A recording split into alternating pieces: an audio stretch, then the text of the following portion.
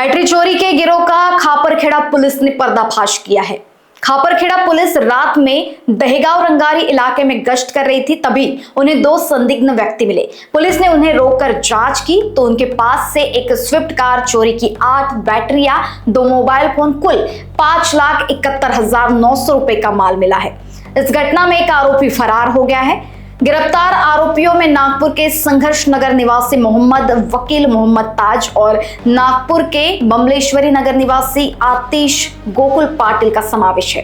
फरार आरोपी में संघर्ष नगर निवासी शेख रफीक शेख फरीद का नाम है। सहायक पुलिस निरीक्षक राहुल चौहान रात में गश्त कर रहे थे, तभी सफेद रंग की स्विफ्ट कार क्रमांक MH02CR 5873 संदिग्ध हालत में दिखी, जिसके बाद छापेमारी की गई।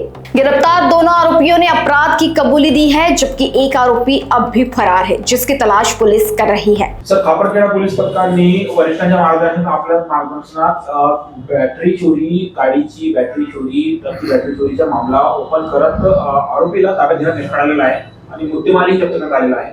काय नेमकं माहिती आहे, कोण आरोपी आहे, एकूण किती रुपयांचा मुद्देमाल जप्त करण्यात आलेला आहे का?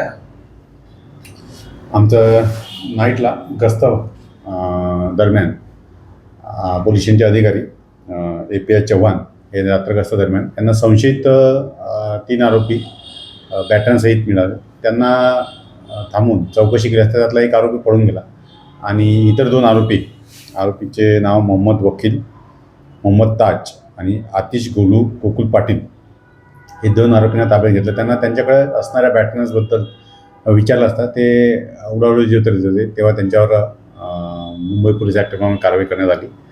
नंतर तपासामध्ये कळलं की त्या बॅटऱ्याच एकूण 8 बॅटऱ्या होत्या आणि त्यांच्याकडे एक वाहन होतं स्विफ्ट।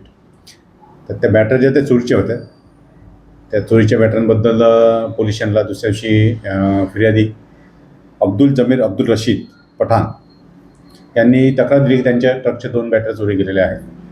त्यानुसार गुन्हा दाखल करून संबंधित आरोपींकडून 2 बॅटऱ्या हस्तगत करण्यात आल्या आणि इतर बॅटरीज ह्या त्यांनी कुठून चोरी केलेल्या आहेत याचा तपास सुरू आहे।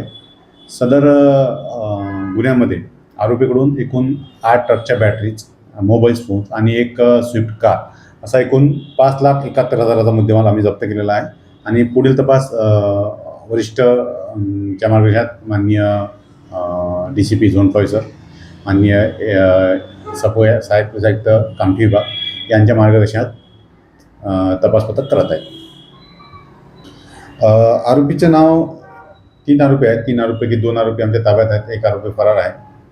ताब्यात असलेल्या आरोपीपैकी मोहम्मद वकील मोहम्मद ताज वय 22 वर्ष, राहणार संघर्ष नगर शारदा कंपनी मागे नागपूर, आणि दुसऱ्या आरोपीचं नाव आहे आतिश गोकुल पाटील वय 32 वर्ष, राहणार बमलेश्वरी नगर नागपूर, आणि एक पाहिजे असलेला आरोपी शेख रफीक शेख रशीद संघर्ष नगर याचा शोध सुरू आहे। लोकवाहिनी न्यूज के लिए विशाल बंबड़वार, नागपुर।